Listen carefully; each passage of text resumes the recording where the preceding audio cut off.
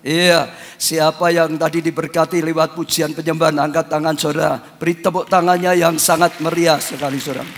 Ya saudara, kembali pada firman Tuhan saudara. Ya, minggu ini kita sedang masuk seri firman Tuhan yang luar biasa saudara, yaitu membangun saudara berkat keturunan saudara yang luar biasa. Saya percaya ini akan mendatangkan kasih karunia dan anugerah yang luar biasa. Apalagi juga hari ini saudara, kita akan belajar ya sesi yang ketiga, nomor satukan yang utama. Artinya kita harus nomor satukan yang memang saudara, yang utama, yang nomor satu. Dalam bulan ini saudara, seri khotbahnya ada kaitannya dengan keuangan. Nah, saya ingin cerita sedikit kenapa sih penting sekali kita belajar firman Tuhan tentang keuangan. Berapa tahun yang lalu saudara, kira-kira ya sudah 15 tahun yang lalu atau lebih saudara, satu kali saya sedang ikuti satu konferensi, lalu seorang hamba Tuhan itu menyampaikan firman Tuhan. Gak tahu minggu yang lalu sudah jelaskan atau tidak, tapi ini pengalaman saya.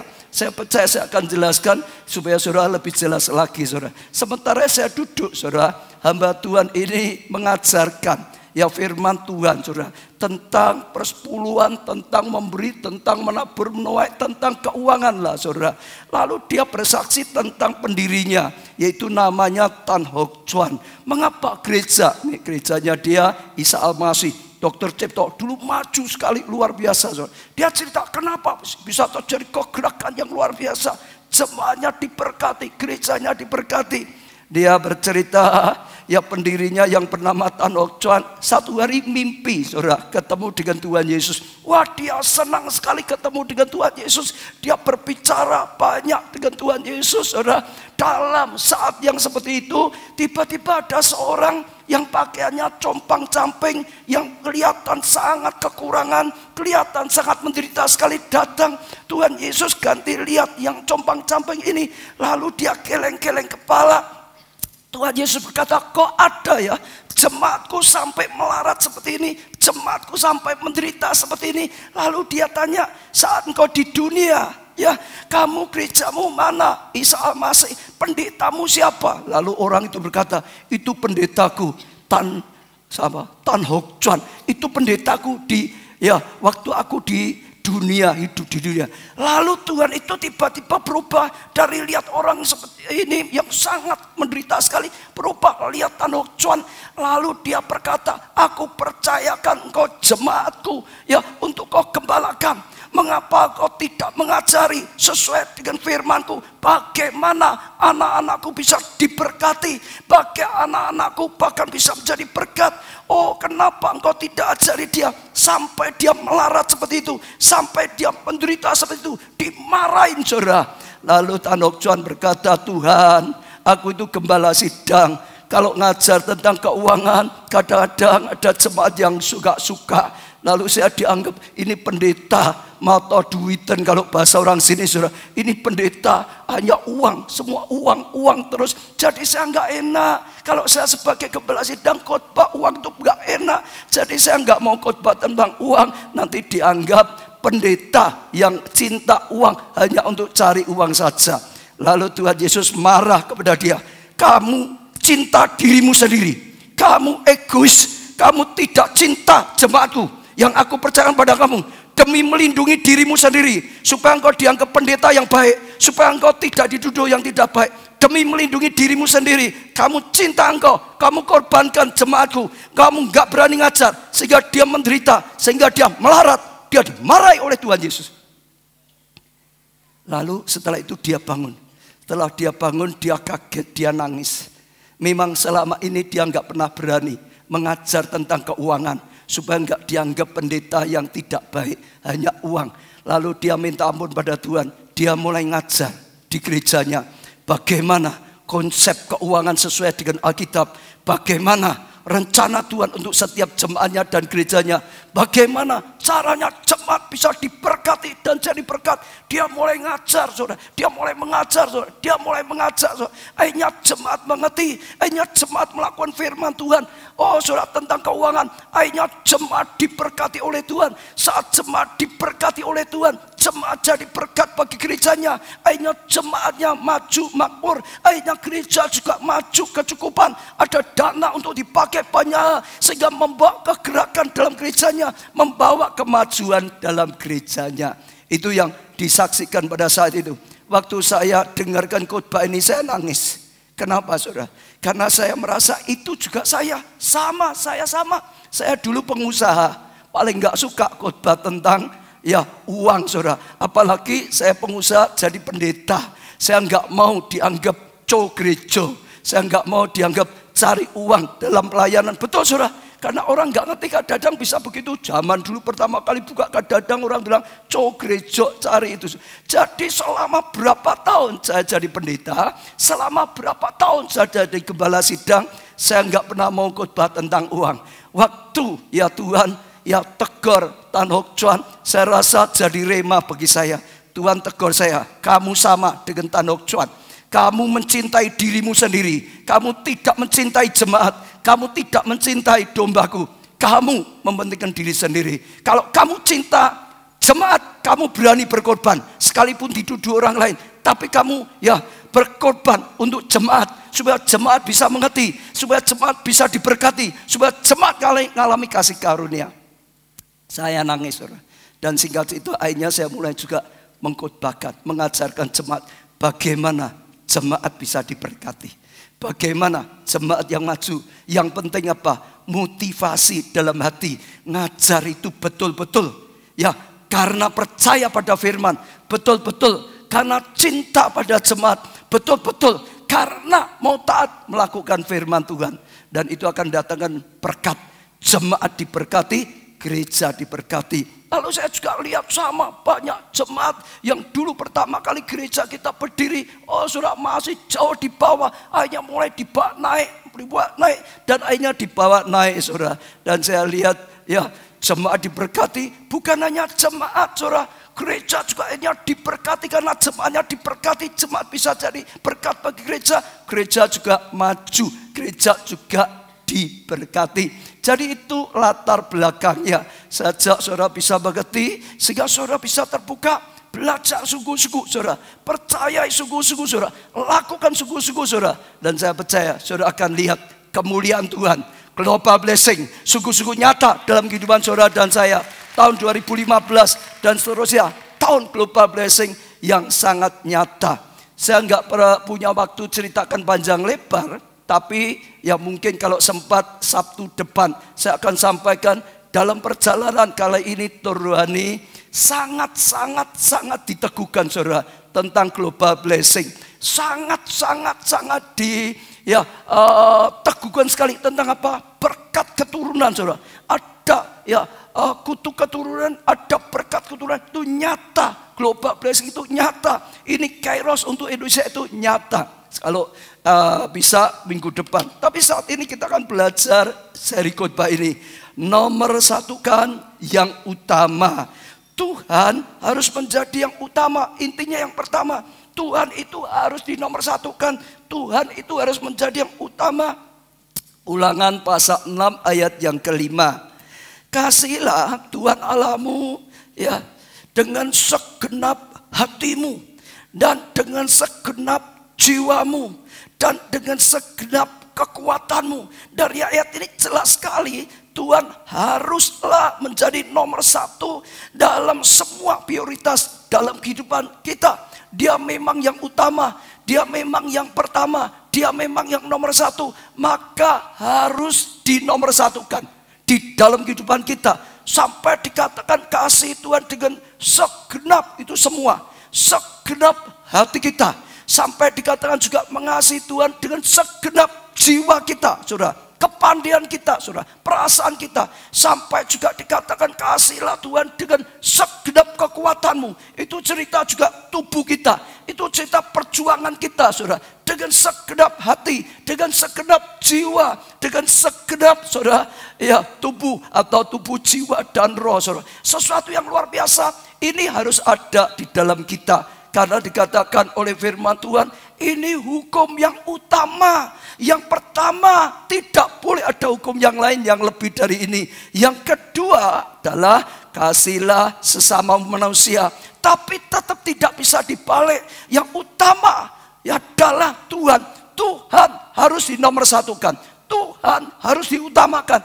Tuhan itu memang yang utama. Maka layak, bahkan harus ditinggikan, dinomorsatukan dalam kehidupan kita. Kalau kita menomorsatukan Tuhan, waktu yang lalu saya sudah jelaskan, kita akan dinomorsatukan oleh Tuhan. Kita akan lihat kemuliaan Tuhan dinyatakan luar biasa. Nah, saya cerita sedikit, saudara. Satu kisah saja dalam perjalanan tur rohani. Saya sangat diberkati, saudara, ya, dengan menomorsatukan Tuhan. Saya itu senang firman Tuhan sekalipun sudah disiapkan 1,5, 2 bulan, saudara. Tapi tepat waktunya jadi rema. Jadi dalam minggu ini selama perjalanan rohani, saya diberkati dengan kata menomorsatukan Tuhan. Dan ayat ini bicara, saya belum mempersiapkan lagi, sebenarnya sudah lupa. Karena sudah 1-2 bulan yang lalu bicara, nomorsatukan Tuhan, utamakan Tuhan, dahulukan Tuhan. Itu bicara terus. Saya dididik oleh Tuhan tentang ibadah pagi, tentang doa pagi saya, gitu, saudara. Dan saya diberkati dan sangat diberkati, saudara. Ya, kenapa? Saya diajar bagaimana membangun ya ibadah pagi saya, doa pagi saya. Nomor 1 adalah Tuhan. Lah, saudara, saya cerita, ya, kita diberkati banyak sehingga sibuk sekali, saudara. Bahkan kita diberkati dengan media luar biasa. Ya, smartphone, handphone itu wah canggih, dengan internet macam-macam. Tapi ternyata, saudara, karena banyaknya kemajuan, banyaknya, saudara, pekerjaan yang diselesaikan, seringkali saya itu tertarik. Apalagi saya itu seorang yang mungkin kalau bahasa orang dunia gila kerja, gitu, saudara. Kalau sudah kerja lupa waktu kadang-kadang. Kerja terus. Kadang-kadang hubungan pribadi Tuhan itu bisa luntur. Kadang-kadang hubungan pribadi dengan Tuhan itu bisa berkurang, saudara. Kadang-kadang kalau setelah itu bisa rasa kering, saudara. Kadang-kadang bisa rasanya beban, gitu, saudara. Doa saja kadang-kadang sulit sekali fokus. Satu pagi, saudara, saya diajak, ya, diingatkan bagaimana cara orang Yahudi berdoa. Lalu Tuhan mengajarkan pagi ini, saudara. Jadi begitu bangun pagi, Tuhan ingatkan, sekarang jangan ambil HP. Kebiasaan saya, kesalahan saya, dan saya percaya kesalahan banyak dari saudara juga. Apalagi profesional muda. Sudah HP itu jadi berkat luar biasa, tapi kadang-kadang itu jadi berhala, itu jadi apa? Candu. Harus HP. Saya kalau bangun pagi biasanya langsung segini, saudara. Kalau saya mau tidur itu cat HP, setrum. HP dan iPad 2 itu saya setrum. Pagi itu pasti buka, cabut dulu, lalu otomatis saya buka HP, saudara. Bukan Tuhan nomor 1, HP nomor 1, saudara. Biasanya saya jadi seperti itu, saudara. Itu terus, saudara. Sehingga akhirnya setelah baca HP ada kiriman ini, ada ini, saudara, sudah larinya ke situ. Apalagi kalau ada surat kaleng, saudara, bang gitu, saudara. Sudah kacau, saudara. Satu hari itu jadi nggak enak terus. Hari itu Tuhan berkata, jangan pegang apapun, hanya Tuhan. Bangun tidur, saya lihat HP, jangan dipegang. Dicabut pun jangan, dibuka jangan, cabut pun jangan. Sudah, pokok 100% Tuhan. Jadi saya hanya ya ke kamar mandi, buang air kecil dan semua, cuci muka, langsung Tuhan. Pertama yang saya lakukan, saya mengagungkan Tuhan. Dia yang paling besar, Dia yang utama. Saya tinggikan Dialah, saya puja Dia, Dia yang utama. Waktu saya menyembah Tuhan, waktu saya memuja Tuhan, waktu saya meninggikan Dia, Dia raja di atas segala raja, Dia Tuhan di atas segala Tuhan. Saudara, firman Tuhan digenapi, maka Tuhan hadir dan bertata di atas pujian. Waktu saya tidak mikir yang lain, saudara, Dengan apa saudara? Roh saya nyembah Tuhan. Pikiran saya sepenuhnya, sepenuh jiwa pikiran nyembah Tuhan. Seluruh kekuatan. Orang Yahudi itu enggak diem saudara. Kadang-kadang kalau nyembah itu sampai gerak-gerak. Dengan seluruh kekuatan semua. Tubuh jiwa nyembah. Sangat cepat tiba-tiba saudara firman Tuhan digenapi. Hadirat Tuhan itu turun. Tiba-tiba dengan mudah saya masuk hadirat Tuhan. Karena pikirannya belum terganggu, semua belum terganggu. Nomor satu Tuhan. Lah setelah saya rasakan hadirat Tuhan, Tuhan ajarkan saya nempel dengan Tuhan. Peng! Seperti pokok dan carang. Tuhan berkata, kamu gak bisa berbuah kalau gak nempel. Saya dengan roh saya nempel Tuhan. Ya, saya imani nempel dengan Tuhan. Saya katakan saya nempel dengan Engkau Tuhan. Bahkan saya imani bukan hanya nempel, menyatu dengan Tuhan. Sampai saya tahu, saya menyatu dengan Tuhan. Saya di dalam Tuhan, hadirat Tuhan. Tuhan di dalam saya. Saya penuh dengan Tuhan. Saya tidak sendirian, tetapi saya sedang bersama Tuhan. Firman Tuhan itu bicara. Ya, bukan aku sendiri yang hidup, tapi Kristus yang hidup di dalamku. Tiba-tiba saya rasakan, saudara, pengurapan itu kuat. Tiba-tiba saya rasakan dipenuhi oleh Tuhan. Itu fakta, memang Tuhan yang ngajar itu. Saya rasa dapat pengurapan. Saya rasa dapat kekuatan. Yang pertama waktu saya meninggikan Tuhan nomor satu, hadirat Tuhan. Yang kedua saya rasa kepenuhan Tuhan ada dalam hidup saya. Lalu saya melakukan yang ketiga. Gunakan otoritas, kuasa yang Tuhan berikan. Sekarang bukan aku sendiri, tapi Kristus yang ada di dalam saya. Saya mulai berkati hidup saya sendiri. Aku berkati menjadi hamba Tuhan yang baik, menjadi hamba Tuhan yang berkenan. Aku berkati dengan kekudusan. Aku berkati dengan perkenanan Tuhan. Aku berkati pelayanku. Aku berkati jadi hamba Tuhan yang berkenan pada Tuhan. Jadi hamba Tuhan berguna. Lalu saya berkati keluarga saya dengan otoritas. Karena saya tidak sendirian. Saya sedang bersama Tuhan, saudara. Saya berkati keluarga saya sendiri. Saya berkati menjadi keluarga yang baik. Menjadi keluarga yang bersatu. Keluarga yang berkenan di hadapan Tuhan. Keluarga yang bisa dipakai memuliakan Tuhan. Semua, saudara. Anak, menantu, cucu. Berkati keluarga. Lalu yang tiga, saya berkati pelayan Tuhan dan jemaat keluarga Allah. Saudara, yang dipercayakan untuk digembalakan. Saya berkati, saudara. Diberkati dengan kesehatannya. Diberkati dengan mujizat kesembuhan. Diberkati studinya. Diberkati pekerjaannya. Apalagi kalau Tuhan munculkan orang-orang tertentu, nama tertentu. Saya doakan, saya berkati dia, saudara. Dalam doa saya tidak sendirian. Saya tahu ada kuasa. Karena saya tidak sendirian. Saya sedang bersama Tuhan. Diberkati, saudara. Supaya pelayan Tuhan diberkati. Hidup penuh kemenangan. Hidup penuh anugerah. Global blessing nyata. Lalu setelah itu saya doakan gereja. Diberkati dengan jiwa-jiwa yang diselamatkan. Dari utara, dari timur, dari selatan, dari barat, dari segala penjuru orang datang. Bahkan dari gereja mulai jadi berkat bagi bangsa-bangsa. 1 juta jiwa diselamatkan. 1 juta jiwa diselamatkan. Departemen atau apapun dalam gereja. Berkati gereja. Jadi gereja yang berguna, selamatkan banyak jiwa. Lalu saya berkati bangsa dan tanah air kita, Indonesia, kairosnya, bangsa dan saya berkati.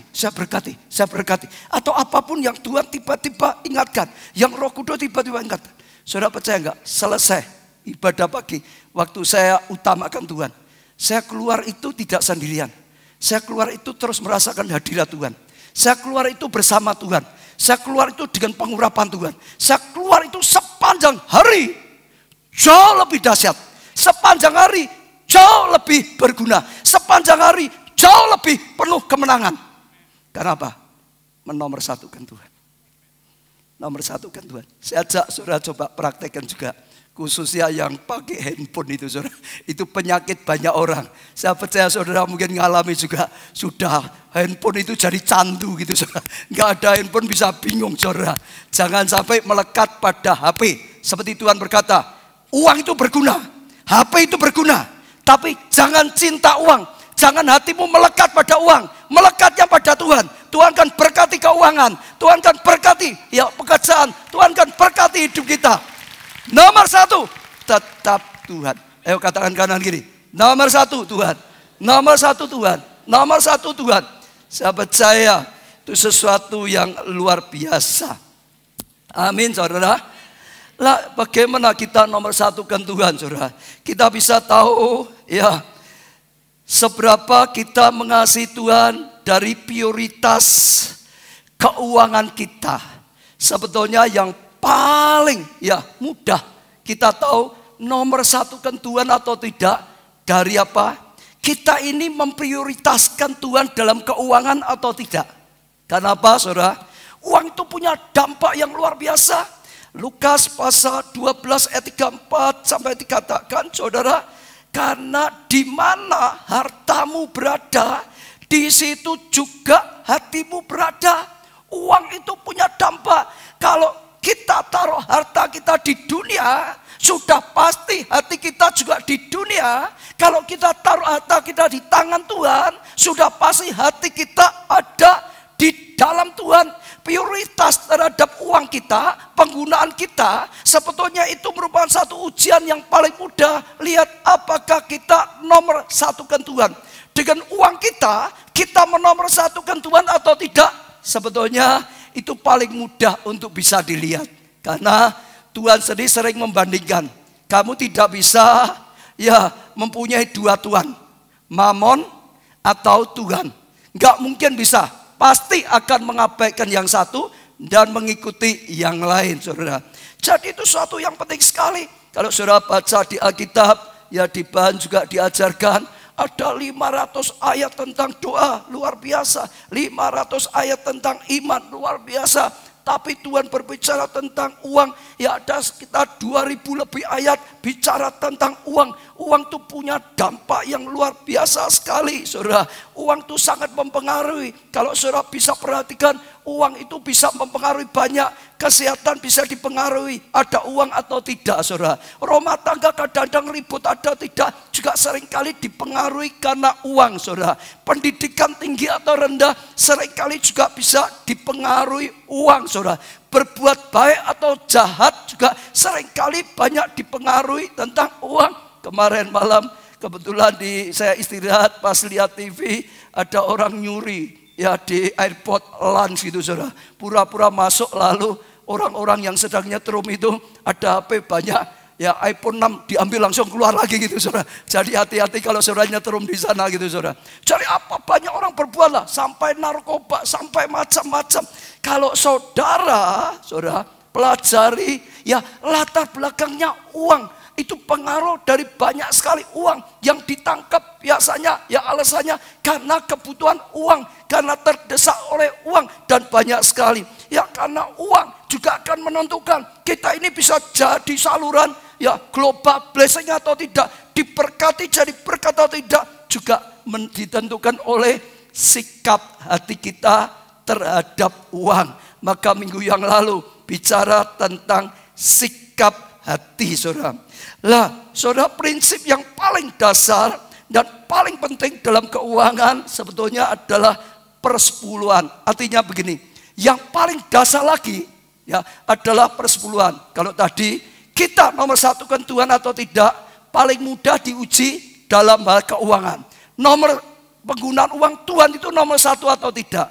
Lah, sekarang dari antara keuangan kita, penggunaan keuangan, saudara, yang paling mendasar, yang pertama bisa kita lihat menomorsatukan Tuhan atau tidak adalah persepuluhan.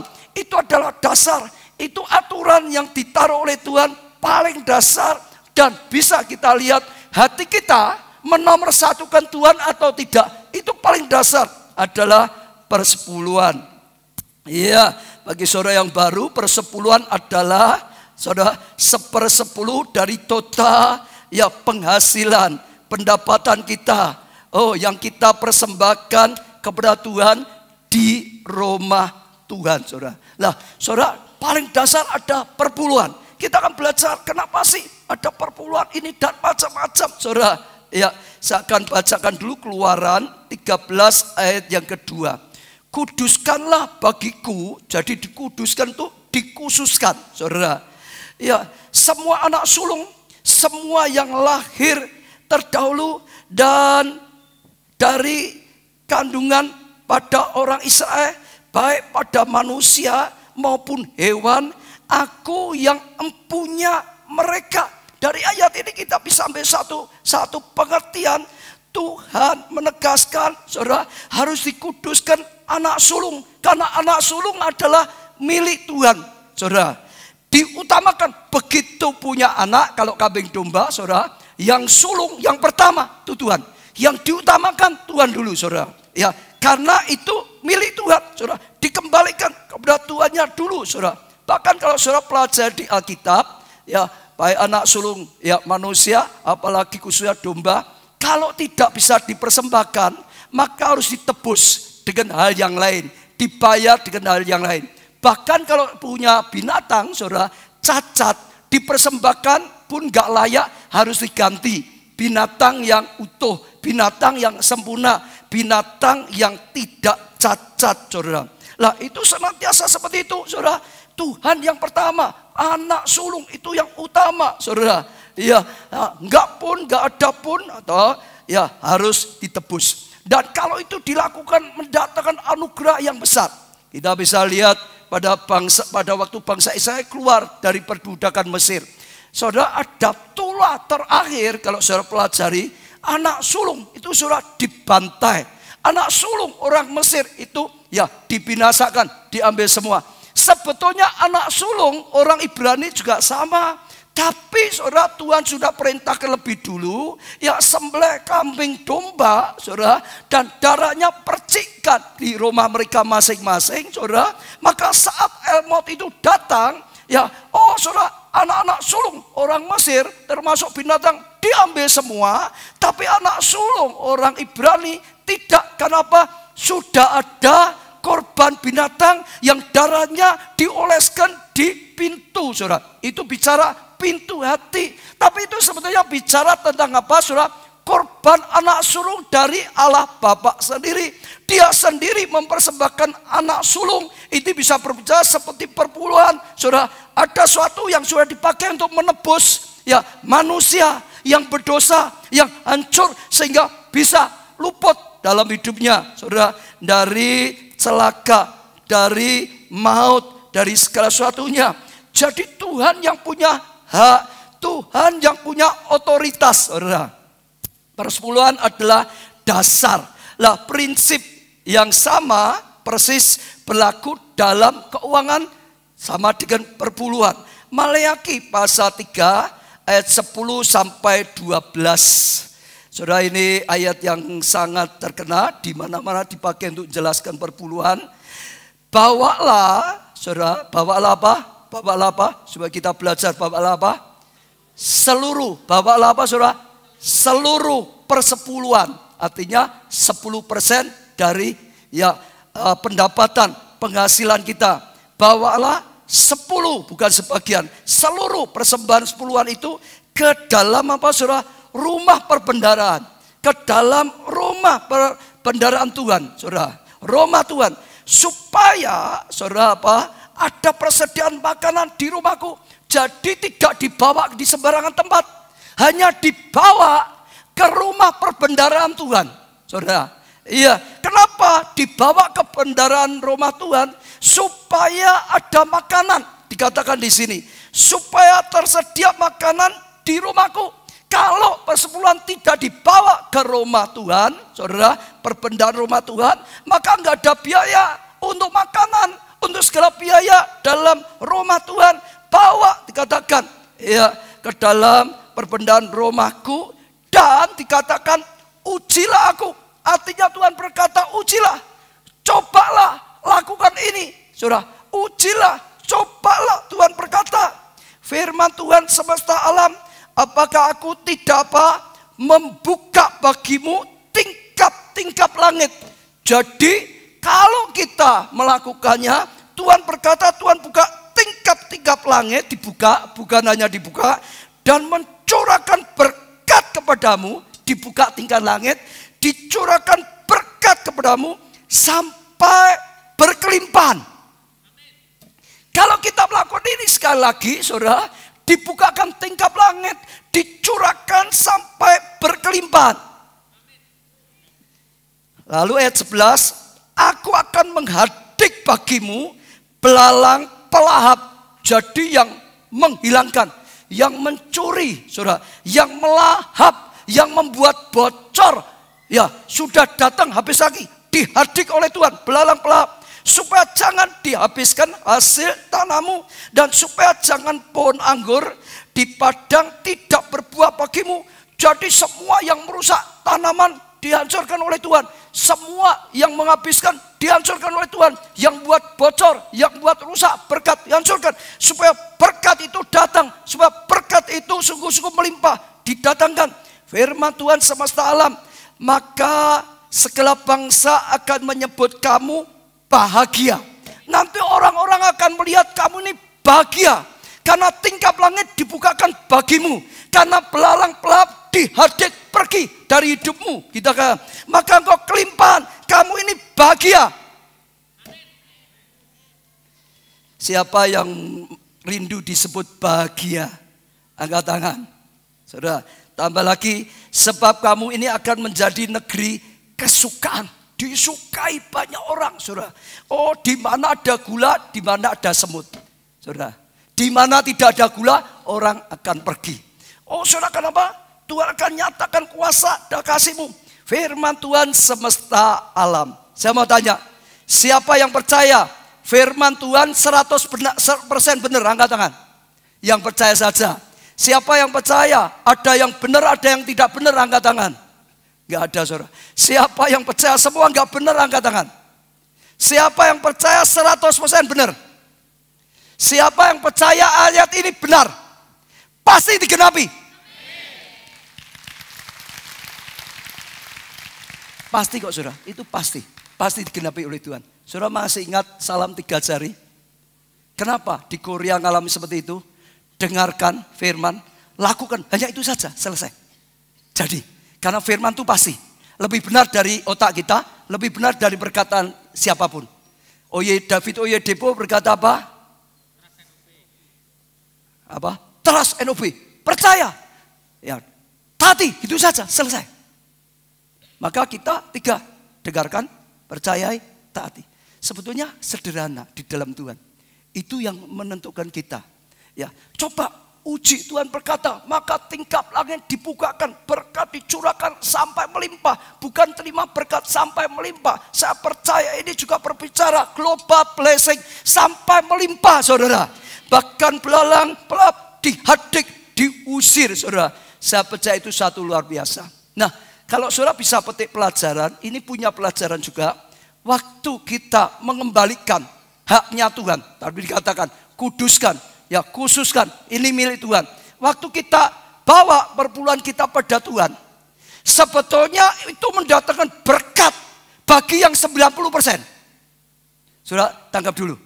Yang 10% yang dikuduskan oleh Tuhan, dikhususkan oleh Tuhan, waktu kita kembalikan pada Tuhan, Tuhan buka tingkap langit, saudara, curahkan berkat. Itu memberkati yang 90%. Itu melindungi semua belalang pelahap, dihadik, melindungi. Tapi saat kita mengambil yang 10%, enggak kembalikan milik Tuhan, merusak 100%-nya. Yang lain ikut rusak.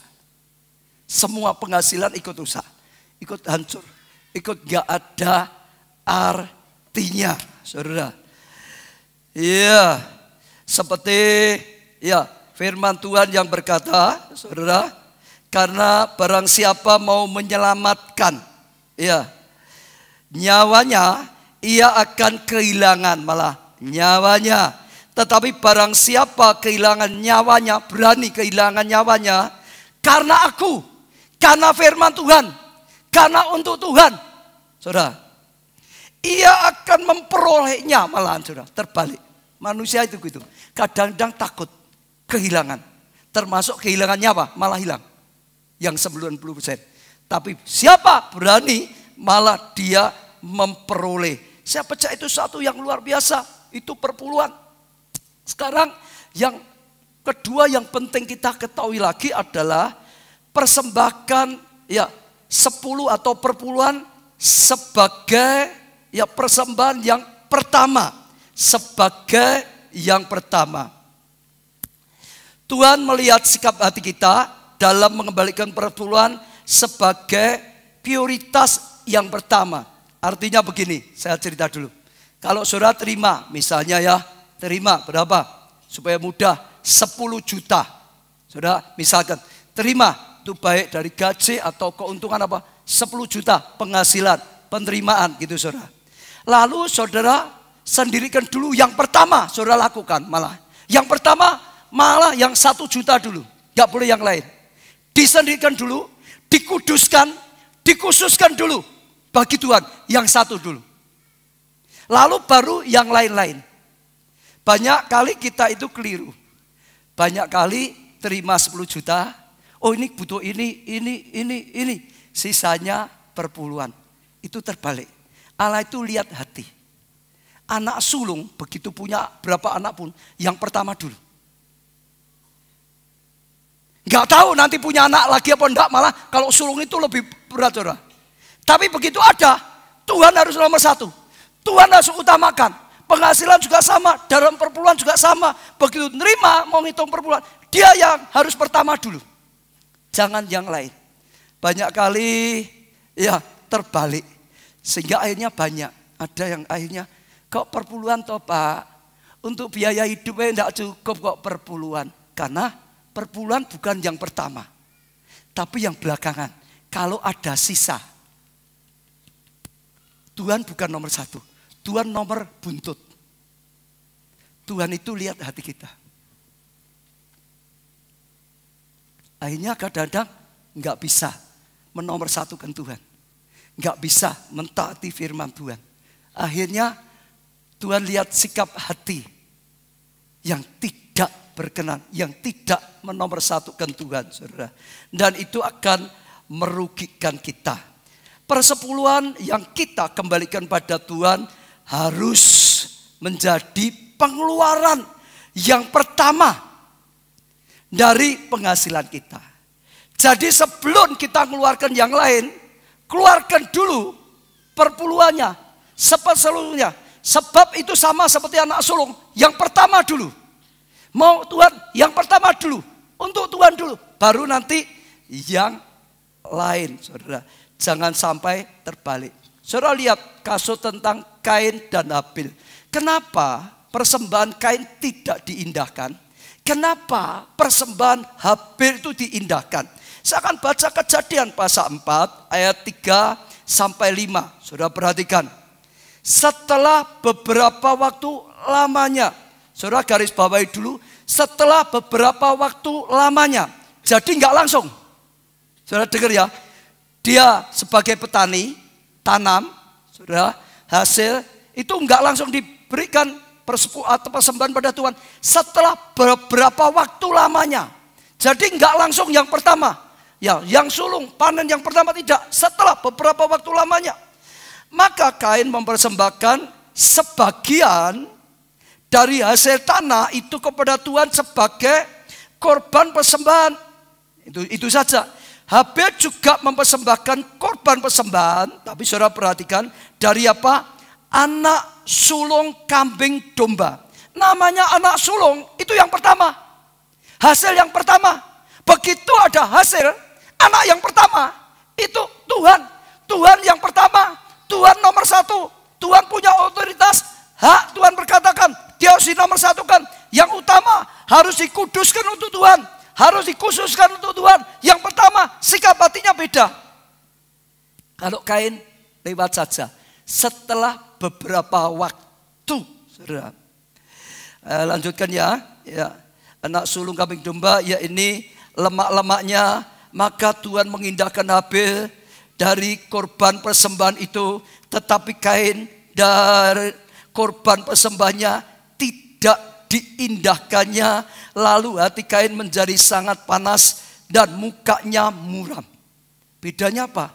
Ya sebetulnya ada juga yang lain. Tapi dalam kasus ini atau pengajaran ini, Kain itu tidak nomorsatukan.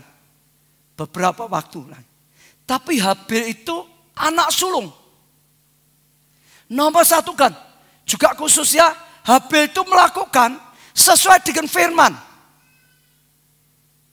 Habil melakukan sesuai dengan petunjuk Tuhan. Saya percaya, saudara, mereka sudah banyak dapat pengajaran dari orang tuanya. Adam dan Hawa.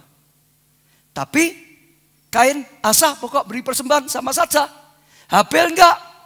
Ya Tuhan berkata, korban anak domba itu berkenan. Itu lambang korban. Ya anak domba Allah, dia lakukan itu. Bahkan dikatakan persembahan semua yang sulung ini milik Tuhan. Harus dipertamakan, dikuduskan untuk Tuhan. Dia juga sama, yang sulung, yang pertama, yang dikembalikan pada Tuhan, milik Tuhan. Maka dia berkenan. Sedangkan Habel memberi, tapi gak berkenan. Abraham juga sama. Abraham itu gak mudah. Punya anak satu-satunya, saudara sudah tahu, Ishak diperjuangkan sekali lama, tapi itu anak sulung. Tuhan minta dia persembahkan. Dan itu satu yang luar biasa. Saya punya pengalaman yang sungguh-sungguh nandes di hati saya tentang saya belajar perpuluhan. Pada awalnya saya sendiri belajar perpuluhan. Satu kali seorang pendeta khotbah, dia cerita kesaksian yang dialami. Dia pendeta desa, dia berkata, ada satu ibu janda punya 2 anak jemaatnya. Ya, karena miskin, jualannya adalah pisang goreng, pohon goreng, saudara. Tapi hebatnya seperti ini. Setiap pagi, bangun pagi-pagi, ya selalu dia membuat, saudara, dagangannya pisang goreng, pohon goreng. Lalu saudara tidak langsung dijual. Dagangannya tiap pagi itu dibawa ke gereja. Jadi setelah bersama anaknya membuat pisang goreng, pohon goreng, bawa gereja, doa pada Tuhan. Bersama-sama, ibu dan 2 anak itu setiap hari doa pada Tuhan. Setelah selesai dibawa di hadapan Tuhan, minta diberkati.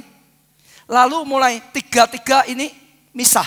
Yang satu di sebelah mungkin utara, ya selatan atau timur barat, pokok misah daerah. Sudah janji, siapa yang sudah selesai jualannya kembali ke gereja.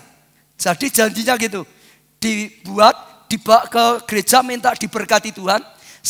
Jual, setelah laku semua harus kembali ke gereja. Nah, itu tiap hari. Setelah sampai gereja dihitung uangnya. Lalu dihitung keuntungannya setiap hari langsung dikembalikan perpuluhan. Itu dilakukan terus. Pendetanya tanya, ngapain? Setiap hari. Gak apa-apa. 1 bulan sekali gak apa-apa. Jawaban ibu ini apa? Kalau aku sebulan sekali ketot habis. Betul. Aku gak berani pegang. Aku harus kembalikan pada Tuhan tiap hari. Jadi perpuluhannya dia itu tiap hari. Kembalikan dulu untuk Tuhan. Baru nanti untuk kulaannya, baru nanti untuk kehidupan yang lain. 90%-nya yang dikelola. 10 selalu tiap hari. Satu hari dia melakukan seperti itu lagi, buat bawa ke gereja, didoakan, minta berkat, lalu pergi. Sore hari saudara, semua sudah kumpul, ada satu nggak datang-datang. Sudah hampir gelap baru datang. Nangis. Kenapa nangis? Dia berkata dia jualan di sekolahan. Ada anak-anak yang nakal ditabrak, dagangannya jatuh, kena pasir semua. Nggak laku, nggak bisa dijual. Jadi utuh. Satu tampah utuh. Dia nangis ketemu ibunya. Ini gimana? Nggak bisa dijual. Mereka bingung. Gimana? Nggak ada keuntungan, rugi. Nggak ada lagi. Saudara, apa yang dilakukan? Tetap. Maka dagangannya itu dibawa ke rumahnya pendeta. Kebetulan pendetanya dekat dengan gereja, samping gereja. Dia berkata, Pak Pendeta, hari ini kami nggak bisa mengembalikan perpuluhan. Lalu cerita, karena tadi jatuh nggak bisa dijual lagi. Kami hanya punya ini. Pendetanya itu tersentuh, diterima. Lalu setelah ibu ini ya diterima itu, didoakan, diberkati. Ibu ini pulang bersama anaknya. Dia masuk kamar, dia berkata, aku bawa satu tampah dagangan ini di hadapan Tuhan. Dia berkata begini, Tuhan, aku terima perpuluhan dari jemaat yang paling kaya. Tapi juga aku mau terima dari jemaat yang paling miskin. Ini gak bisa dijual. Tahu dia ngomong, berkati Tuhan. Ibu itu, dagangan yang sudah pisang goreng campur tanah, dimakan di hadapan Tuhan. Gak terjadi apa-apa kelihatannya. Tapi saudara, ajaib Tuhan. hari-hari berikutnya dagangannya lakunya lebih keras lagi, saudara. Bukan hanya tiba-tiba ada orang mempercayai jualan kain jarik, kain sarung, laku. Lalu jualan ini, jualan tambah banyak, tambah banyak. Akhirnya tahu enggak, saudara? Dia bisa punya toko tekstil sendiri. Itu Tuhan kita. Itu Allah kita yang tidak pernah lupa. Yang tidak pernah tidak menggenapi janjinya. Saudara, Maleakhi 3 ayat 6a, lalu 8 dan 9 demikian bunyinya. Bahwasanya aku Tuhan tidak berubah. Dia berkata, Tuhan tidak berubah. Bolehkah manusia menipu Allah? Boleh enggak saudara manusia menipu Allah? Coba dijawab yang keras ya. Bolehkah manusia menipu Allah? Sekarang lebih tandas lagi. Bolehkah saudara atau kita menipu Allah? Enggak boleh, jempol. Tapi ayat ini berkata, namun kamu menipu aku. Saat itu Tuhan tanya pada umat Allah, bolehkah manusia itu menipu Allah? Enggak boleh, tapi kamu menipu aku. Ada enggak di sini yang sedang nipu Tuhan? Bingung tuh saudara. Ada enggak di sini saudara yang sedang nipu Tuhan? Kalau ada, angkat tangan. Ada enggak di sini yang tidak nipu Tuhan? Angkat tangan. Ini enggak nipu semua saudara ya. Jemaat keluarga Allah kok saudara. Tapi kita akan baca sekarang. Ya, namun kamu menipu aku. Tetapi kamu berkata, dengan cara bagaimana kamu menipu engkau? Malah tanya, loh Tuhan, kami tidak nipu. Kok bisa nipu itu gimana? Apa yang kami lakukan? Dengan cara apa kami menipu Tuhan? Lalu saudara dilanjutkan mengenai persembahan persepuluhan dan persembahan kudus. Ternyata banyak umat Allah menipu Tuhan. Tapi ngomongnya gak nipu karena merasa tidak menipu. Tapi Tuhan berkata, kamu menipu. Dalam hal apa? Perpuluhan, persembahan khusus.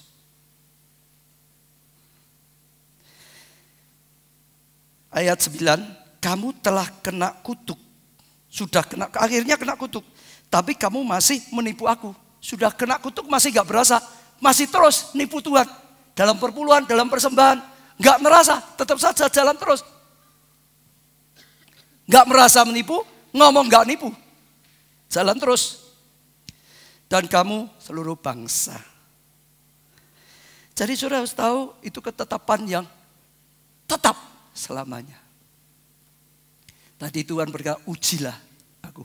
Kalau kamu nanti bisa melihat, dipulihkan. Saya senang dalam perjalanan Turwani. Saudara mungkin masih ingat waktu yang lalu. Saudara masih ingat waktu yang lalu. Saya pernah tayangkan di tahun 2014. Guide-nya. Seorang yang bernama Mose. Siapa yang pernah dulu ikut guide-nya Mose? Utomo ikut gak dulu ya? Guide-nya Mose. Ada ya? Freddy dulu guide-nya siapa? Ada. Ya, guide-nya Mose, dikeluarkan itu namanya Mose. Jadi dia itu waktu diminta, ya nanti jadi guide kita ya di sana ya. Dia itu sangat kuat pegang hukum Taurat. Dia sangat taat. Dia ngomong dulu, Pak Obaja, saya kalau Sabat itu nggak boleh kerja.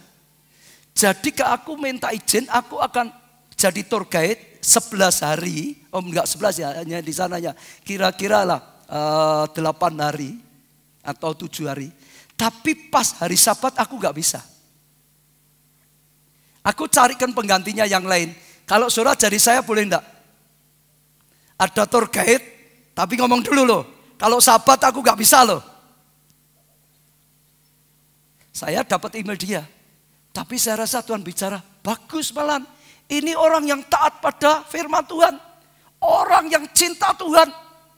Malah nanti kalau dia ngomong, dia akan ngomong yang benar. Tentang Tuhan yang benar.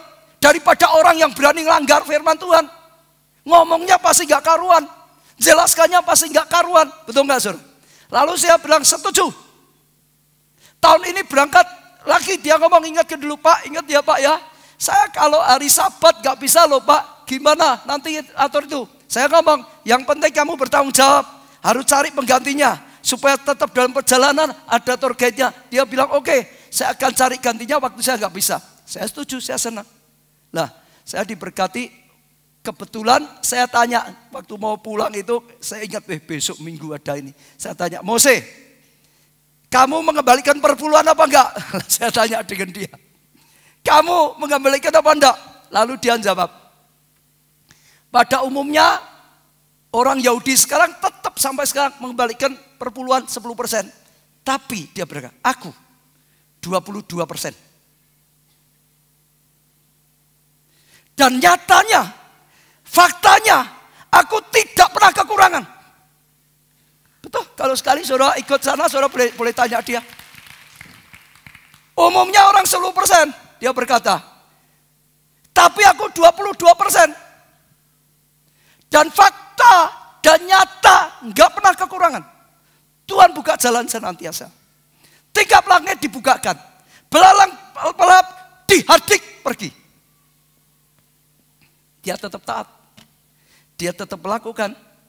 Dan dia mengalami sesuatu yang luar biasa. Saudara. Dalam perjanjian baru juga tetap Tuhan itu, saudara, memerintahkan. Ada orang berpikir itu perjanjian lama. Tapi sebetulnya termasuk perjanjian baru. Lukas 11 ayat 42. Tetapi celakalah kamu, hai orang-orang Farisi, sebab kamu membayar persepuluhan dan selasi, ya lingu dan segala jenis sayuran, tetapi kamu mengabaikan ya keadilan dan kasih Allah. Nah, sekarang yang penjelasan yang jelas ini. Yang satu apa? Ada kata harus. Yang satu apa? Harus. Jadi yang tadi perpuluhan dan lain harus. Dan yang lain jangan diabaikan. Mereka dulu salahnya ya perpuluhan ya, tapi untuk sesama tidak, nggak boleh. Harus dua-dua seimbang, saudara. Nah, itu diajarkan oleh Tuhan Yesus dan itu akan mendatangkan kasih karunia. Saudara masih ingat nggak peristiwa pembelian gedung Peskop Setar? Saya nggak punya waktu banyak. Kita nggak punya banyak dana. Tuhan perintahkan beli. Aku yang mengadakan dananya karena saya sudah sering saksikan. Akhirnya kita nekat beli dan Tuhan tolong adakan dananya. Sebagian harus pinjam di bank, masih ingat ya, BCA saat itu. Lalu jemaatnya cuma sedikit, 100 orang. Gedung Peskop Setar besar, biayanya besar, biaya operasional. Akhirnya bayar bunga saja nggak bisa. Terus utangnya jadi naik 450, plafonnya dulu kreditnya rekening koran. Jadi kita pakai 400 tapi karena nggak cukup akhirnya jadi 410. Utangnya nambah, 420 utangnya nambah, 430, 440, 450, habis plafonnya. Bulan depan bayar bunga saja nggak bisa. Sudah masih ingat apa yang saya lakukan? Saya marah dengan Tuhan. Tuhan, dulu kita nggak punya uang, kita nggak bisa beli, nggak berani beli. Tuhan berkata, beli, aku yang adakan dananya. Kita sudah taat, beli. Memang bisa dibeli, tapi sekarang bayar utang nggak bisa. Bunganya saja nggak bisa Tuhan. Bagaimana? Sudah masih ingat Tuhan ngomong apa? Kamu pendeta.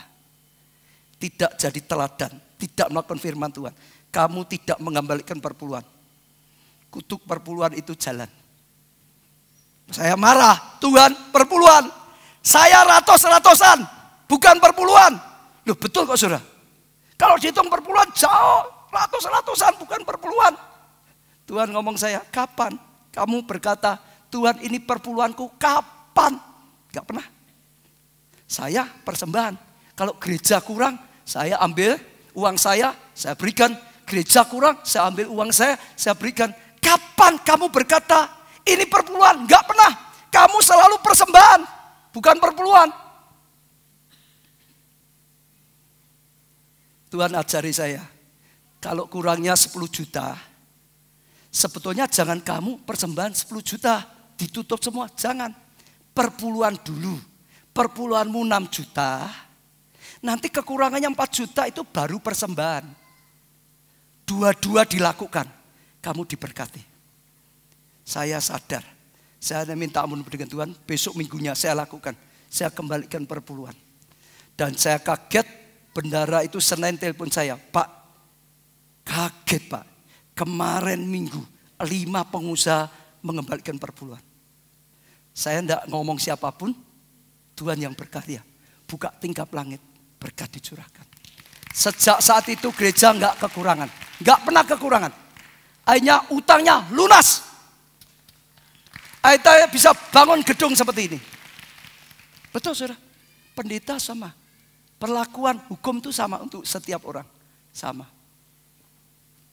Dari dulu sampai sekarang tidak pernah berubah. Yang terakhir saja, di mana kita mengembalikan perpuluhan, Maleakhi 3 tadi berkata, bawalah seluruh persembahan perpuluhan itu ke dalam apa? Rumah perbendaharaan, supaya ada persediaan makanan di mana? Di rumahku. Bawalah ke rumah Tuhan. Saudara dengar dulu ya. Bawa kemana? Rumah perbendaharaan. Rumah Tuhan. Supaya apa? Di rumah Tuhan ada makanan. Ada biaya yang bisa dipakai untuk merawat bait Allah. Yang bisa dipakai untuk membiayai imam-imam. Yang bisa dipakai untuk semua kebutuhan ibadah. Yang bisa dipakai untuk semua. Sehingga saudara, ibadah bisa jalan dengan baik. Sehingga ada makanan di bait Allah. Sehingga ada makanan rohani di bait Allah. Sehingga ada firman Tuhan di bait Allah. Dan kita dapat makanan rohani di rumah Allah. Betul saudara? Memang ada orang beda-beda ngomongnya. Tapi kita nggak perlu berpikir ya debat ABCD. Tapi firman Tuhan berkata, bawalah ke perbendaharaan rumah Tuhan. Supaya apa? Rumah Tuhan ada makanan. Kalau engkau bawa pada bait Allah, rumah Tuhan ada makanan. Setiap kali engkau di bait Allah, engkau diberkati. Ya, makanan. Makanan itu cerita banyak. Bisa biaya yang lain, bisa diberkati dengan makanan firman Tuhan yang terbaik. Segala sesuatunya sudah akan mendatangkan kasih. Gereja bisa lakukan banyak hal. Saudara perhatikan, Tuhan itu Tuhan yang sangat teratur. Saya ceritakan, sangat teratur, sudah diatur. Saudara lihat ya, manusia saja nggak ada yang dari surga dilahirkan ke bumi, nggak ada Adam dan Hawa kedua, ketiga, nggak ada yang diciptakan seperti itu kecuali Tuhan Yesus. Lain itu sebutannya saja Adam kedua. Tapi nggak ada, semua dilahirkan lewat apa? Saudara dengar, dilahirkan lewat apa? Saudara dilahirkan lewat apa? Keluarga, betul? Tujuannya apa? Supaya ada yang memelihara kita, betul saudara? Ada yang mendidik kita, ada orang tua, betul saudara? Tapi juga setiap orang harus tahu tanggung jawabnya kepada keluarganya, itu yang utama. Itu yang pertama. Boleh memberkati orang lain, tapi tanggung jawab yang harus, yang tidak boleh tidak, ada keluarganya. Contoh, saya mau tanya, boleh enggak orang tua saudara enggak tanggung jawab dengan keluarga, cari berkat di luar saja, tapi keluarganya enggak tanggung jawab, boleh enggak? Boleh enggak? Enggak boleh. Anak-anak siapapun sama. Kita didewasakan di keluarga kita, ada tanggung jawab. Khusus secara rohani sama. Kita didewasakan dalam gereja kita, dipelihara, dapat makanan rohani dan semuanya itu biaya. Kita dukung gereja kita sehingga kebutuhan gereja kita dicukupi dan kita juga yang diberkati. Semua biaya bisa dipakai untuk memajukan gereja kita, untuk semua fasilitas, untuk semuanya. Dan akhirnya juga kita juga. Nah, banyak orang salah kadang-kadang itu. Ya, sama saja toh milik Tuhan. Saudara dengar. Itu yang membuat gereja Tuhan banyak yang melarat dan rusak. Saya beri contoh ya saudara. Saya beri contoh. Kalau semua anggota gereja, saudara dengar, dia semua terbeban oleh gerejanya masing-masing. Semua anggota gereja mengembalikan perpuluhannya di gerejanya masing-masing. Tanggung jawab pada gereja masing-masing, mengembalikan di gerejanya masing-masing. Saudara dengar, di seluruh dunia tidak ada gereja yang kekurangan. Tidak ada, mau di desa, kalau semuanya semua melakukan, tidak ada gereja yang kekurangan. Justru karena manusia itu karep-karep edw, malah kacau. Tuhan itu sangat teratur. Ya, betul. Kita nggak punya hak untuk yang 10%. Itu haknya Tuhan. Nggak bisa, karepku mau untuk ini, nggak bisa.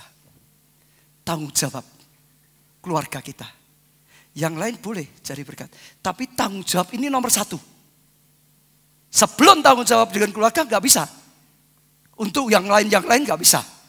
Anaknya nggak bisa makan, hanya memberi makan orang lain. Kita nggak tanggung jawab dengan anak yang dipercayakan oleh Tuhan.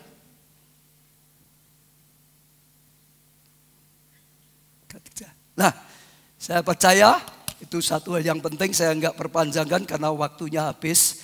Tapi saya akan singkat beritahu, saudara. Sebetulnya luar biasa. Perpuluhan itu lambang, saudara. Kita mengakui otoritas Allah atas hidup kita. Ini haknya Allah. Kita mengembalikan sulung yang pertama. Itu mengakui Tuhan berhak atas hidup kita. Otoritas Tuhan. Itu pertama. Yang kedua, supaya kita bisa diberkati dan jadi berkat. Tadi, kalau kita melakukan, kita diberkati dan jadi berkat. Ya, otoritas, saudara, itu Tuhan. Taman Eden, semua boleh, tapi tetap ada yang tidak boleh diambil. Buah pengetahuan baik dan jahat. Itu lambang otoritas. Jangan dilanggar. Langgar, dosa, kutuk. Yang ketiga, supaya semua gereja maju. Supaya semua pekerjaan Tuhan maju. Tertib, semua malah maju. Kalau setiap jemaat melakukan perpuluhan dengan benar. Mendukung pekerjaan Tuhan. Maju, maju, dan maju. Saya percaya itu pesan firman Tuhan. Saya tidak tambahkan lagi. Kita akan lakukan perjamuan kudus. Ya, saudara.